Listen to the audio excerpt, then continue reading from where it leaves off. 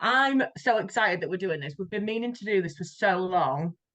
I know, and it's virtual. It's strange, like a little I know. virtual, It's like the isn't it? world of COVID all over again. I was thinking that logging into Zoom today, actually. I don't think I've used Zoom since the COVID Zoom or day. Teams. Yeah. I'm mega excited that we're doing it. I know we've spoke about doing this for ages and ages. And like obviously we always catch up for coffee and stuff. And we've always said to ourselves, like, God, if someone could hear some of the stuff that we was talking about, then they might actually benefit from it. So it makes sense to They might not. record this. Some of the stuff's very random. Yeah, it is, yeah. Forgive us if we go off track. But I Yes. think like all of our journeys are so different in terms of like how we got into online coaching. My journey is probably very different to you guys. Obviously, we all know that we work this alongside full-time jobs as well. But like if I think back to how I got into it, I mean, I've always been into like fitness, sport, that kind of thing. So I used to swim at a competitive level when I was younger. Um, then did sport at college, which up until now I did absolutely nothing with. I didn't know you did sports at college. Yeah, BTEC. Right. But I think up until now, like I've not really done anything with it, but I've always been into like exercise, I've always moved. But to be honest, I don't think that I actually started to be more consistent in my own training until properly like COVID times when there obviously wasn't a lot to do anyway. Like it's something that I used to do with my mum and my brother all the time. And I think throughout COVID found the whole news and that thing very overwhelming. So that was almost like an outlet. And I think because I wasn't going in there for like a weight loss or to chase an aesthetic goal, I then started to see the other benefits of me training, exercising, taking my mind off what was going on. And it was only really that point when I started to actually train like properly. I think it's Then, quite like a lot of people went in through COVID, didn't they? Like a lot of people yeah, found the time, I think, maybe to experiment with things. I don't know. yeah, definitely. I think it was like definitely a distraction, something to focus your mind. And then I actually was just going in there because I wanted to go in there and I was enjoying it.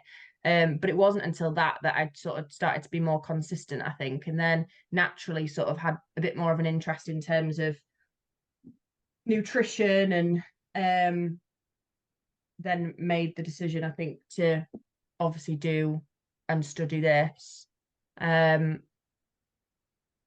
And then when did I start my online coaching now? I think it was coming up to a year ago, which was absolutely flown by. But like for me, I think the important thing for me, I think, and where I want to help people is that we've probably can all agree that we've maybe been in that mindset where you've maybe had like a not very healthy relationship with food, or you go into the gym for a particular like look or goal. And I think for me, like I'm so far away from that now and have experienced that myself that that's probably where like the passion comes from to help other people that might still be in that kind of mindset.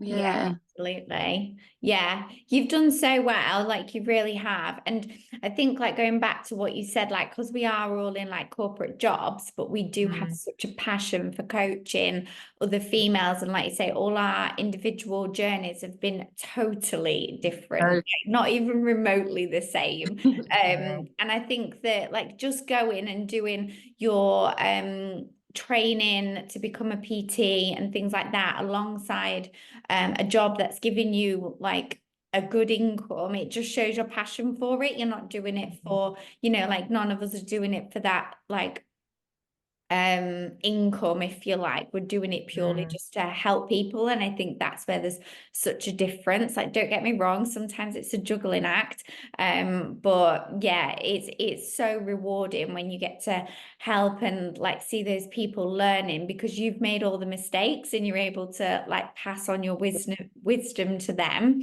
Yeah. Yeah, Yeah. definitely. Yeah. But I do think it's so common though. Like you'll know from obviously speaking to your own clients now, they might have like, I don't know, eating disorders or like a poor relationship with food or they're obsessed with the scales, like all of that stuff that you've been able to, like you say, learn from your mistakes and work through yourself. It's then you want to pass that on to somebody else, because you know exactly how that feels to have experienced some of those things. And I think that I can only really do that alongside my full-time job with a very small group of people. Like I only really coach about 5 people at a time, because I want to be able to give them the time and the effort that they may need to almost get them out of that place. That's not everybody, but for the most part, it comes from not them just wanting to lose weight, but actually spending time with them to understand how they work, what habits have they already got. It takes time, obviously, to build those up as well into new ones. So I think the only way I can do that is by making like a selective group of clients that you've got the time to spend with. And I genuinely enjoy my full-time job, so I don't see me giving that up like anytime soon. And I obviously know that's similar for you guys. And it's different, isn't it, working full-time? Because like you were saying, Jamie, like it's so hard to work full-time and then get fitness in. And Jamie, it's different for you as well, now you're a mum. Like that is so many things to fit in. And I think it's quite nice for us girls that we do get it, because it is so hard. Like there's like it's spinning plates every week, isn't it? Like looking through your diary thinking, where on earth can I fit training in? Where on earth can I fit that running this week? And it's hard alongside working full time. Yeah. Sometimes by the time I've got up, Jamie's already been for a run, been for a walk, got a coffee, done a gym session. I'm like, oh my God, what time is it? So hard. I know. I'm crazy. I am a doer. That's one thing for sure. I'm a type A category person. Sarah, how did your journey start? Where did you like fall into fitness? So I used to dance. I've always danced since I was 2, I think, because I was like a kid that had way too much energy, way too much bad behavior, and my mum was like, put this girl in dance lessons, or put her in something where she could get burn some energy. Now I'm just, I wish I had the energy that I used to, but I've always danced, so fitness has kind of always just been, I'd be in the dance studio like an hour, 2 hours, 3 hours every night of the week, competing on a Sunday, rinse and repeat. And don't get me wrong, I absolutely loved dance, I absolutely did, but I feel like dance is one of those things that's someone's opinion. Like you could train forever, you can work so hard and then not necessarily win a competition because, but I don't know, it's kind of an opinion based thing, isn't it? Which judge prefers which person on the day or whatever. So I would say it was kind of a bit of a confidence knock, if anything. Like a lot of people will say things like that boosted their confidence, whereas for me, I would say it kind of knocked my confidence down a little bit. I stopped competing when I was probably 16, maybe, because I had a Sunday job at Specsavers, and I couldn't compete anymore. So I stopped competing then, and I would say, and then it wasn't long before I was back in a gym, to be fair. Well, in my first gym, just because I was so used to being so energetic all the time and doing so much that I suddenly stopped dancing. That came out of my life, and it was like, well, what do I do now? I need to be doing something. So I joined a gym. I had no idea what I was doing. I just went on the rower and the bike because it's just easy, and everyone thinks, oh, I recognise a bike. So I went on that.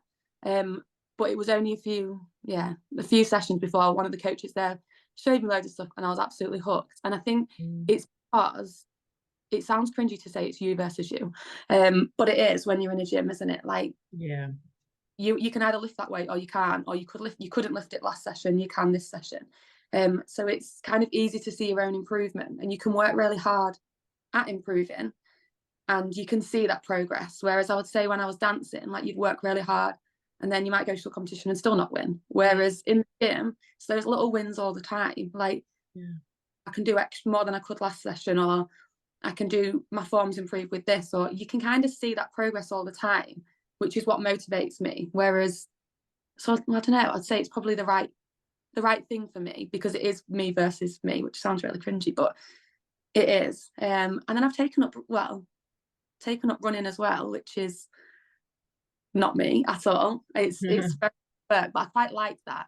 And again, when you go to race, I'll always go to race to beat the time I got the last time. So right, I want to beat what I got last year, not I want to beat that person there or that person there. Like I race on my own, it wouldn't matter. There to race what I got last time. And And I think for me, I then got into coaching when I was at uni. I was in my third year of my teaching degree. And I lived in the gym at uni because I had a really good social life in the gym. Like, all my friends went to the gym, just loved it. I loved training. I worked in a gym, which was really useful doing my PT course, because I was just working with PTs and coaches all the time. So it was really helpful. And then, yeah, I did my PT course then. Didn't use it straight away. I've been in school and then kind of dropped school back a little bit to part-time so that I can PT alongside it. So my journey kind of flits around all different things, and teaching full-time, mixing in and out, but it works. And I feel like, yeah, I don't actually know where it's going next, but that's kind of the fun, isn't it, I guess? Yeah. I think it's so important though to do, whether it's a sport, whether it's the gym, like something that you genuinely enjoy doing, because God, you see it all the time, don't you, where people are forcing themselves to go to the gym, but they hate it. And it's like, then why are you forcing yourself to do it? Like, choose an exercise that, or a sport that you enjoy, that you're going to look forward to. Yeah, definitely. And but to be fair, running was my thing like that. I did enjoy it. At the minute, I'm not enjoying it, but I think it's kind of important as well that you understand that motivation does that with it.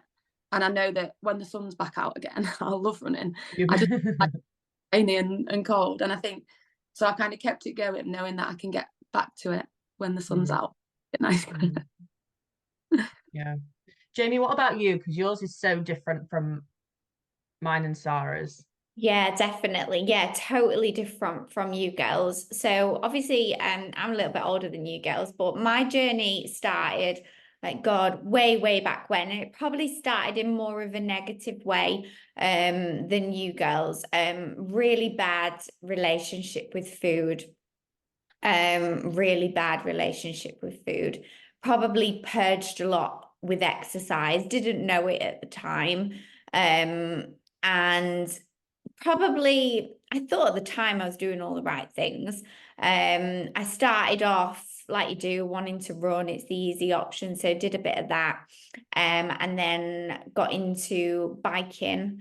So really big into my road biking and running, and then decided the idea that a triathlon would be great. So with that, you have to do open water swimming. So I turned my hand at that.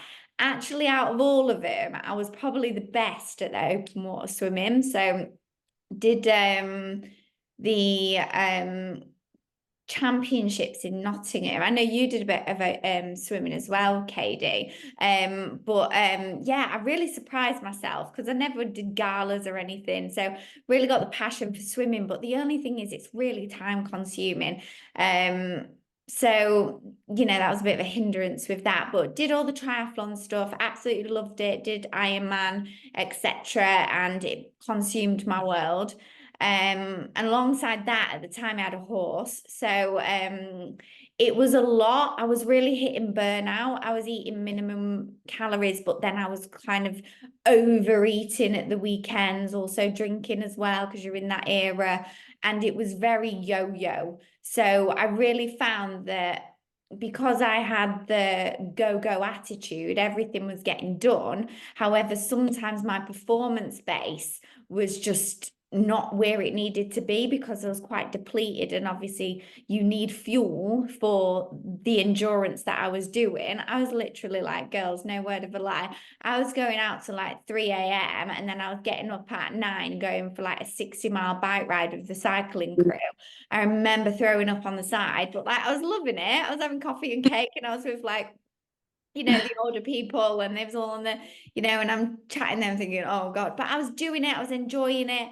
But like I definitely felt like my performance just wasn't quite there. So when my miles really started to enhance, I really said, right, I'm going to have to do my education here, taper it back a bit, set some boundaries, and really look into, you know, what food and nutrition I need to support this. So did all that, did the Ironman, did not want to run another 10 steps after that Ironman. I was so depleted. I fell out of running. I think I still am a bit fallen out of running from that. And then wanted a bigger challenge, went into bodybuilding, competing, Absolutely loved that. Did about 15 shows, 3 years, loved it. Very selfish sport. Definitely my hurdles were so up and down. I learned masses because I had to put on weight purposely. I had to build muscle, sit really uncomfortably. Because you really, with putting on muscle, you have to put on fat as well. And obviously, when you're saying I'm training for a bodybuilding competition, but yet you're larger than you've ever been, it doesn't sit right. And it's quite a challenge, but obviously when you strip back, your efforts are revealed. But definitely throughout that, nutrition, hormones, it was a real roller coaster. I loved every second of it. And I think the reason that I got to where I was because I did the education. I didn't just do the hours in the gym. I was researching. I was, all those things behind it to get me there. So did that, but I did definitely mess with my hormones, lost my cycle for a good amount of time. So obviously the implications of being extremely lean come with side effects. And, as a female, you do want to look to have children and stuff in the future. So I, again, had to sit above my natural weight. I really had to gain weight to get those cycles back, eating extreme amount of food, making you feel a little bit uncomfortable, like I don't need that, but I needed to put the weight on to bring those cycles back. So that was definitely mind baffling for me, especially going from such a lean person to going and sitting over. I'm rambling now. Where else did we go from there? And then just wanted to have no goal. I remember 2021, so I competed in 2020, 2021 had no goal. The goal was to have no goal. I needed to calm down, especially with being present in the moment and stuff. So that's when my coaching really took off, because I wanted to use all that education and I just planned all my passion into sharing it, and built up such a good relationship with so many people, menopausal, perimenopausal, pregnancy, all the different scenarios that we go through, situations with food and whatnot, and just helping people become a better version of themselves. And we don't get it right, do we? We're not saying that we sit on we're glorious people. We also have, problems ourselves. But yeah, so that's that. And then alongside that, I have my full-time job as a branch manager. And then I had a baby, and I'm currently on maternity leave, and I'm going back very shortly. Yeah, so that's me. I feel like that's gone so quick. I know there's probably loads more that I've missed out, but I don't want it to be an hour Zoom thing. I feel like I did the same, to be fair. I've missed loads out, and afterwards we'll sit there and go, oh, I could have said all this stuff. Yeah. But I think all of us we're all coaches. We all work full-time jobs. We are coaches, but we all have such different stories. But all of us have kind of led to a route of coaching where it's not just based on dropping fat and not just based on certain way. All of us coach around. For me, it's just, I absolutely love exercise, and when I didn't do it, I realized how different you feel in the day. So for me, I absolutely love that feeling, and I want to give that to as many people as possible. I want to show them that that's how you can feel when you're training and all the benefits.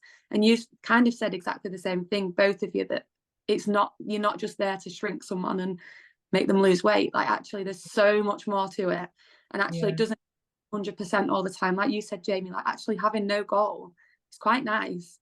And kind of everyone kind of assumes as soon as you get a PT that it'll be right, what's the goal, how are you going to get that? And actually sometimes the goals can be really small, just being consistent and enjoying what you're doing. We've all kind of got to the same point, haven't we?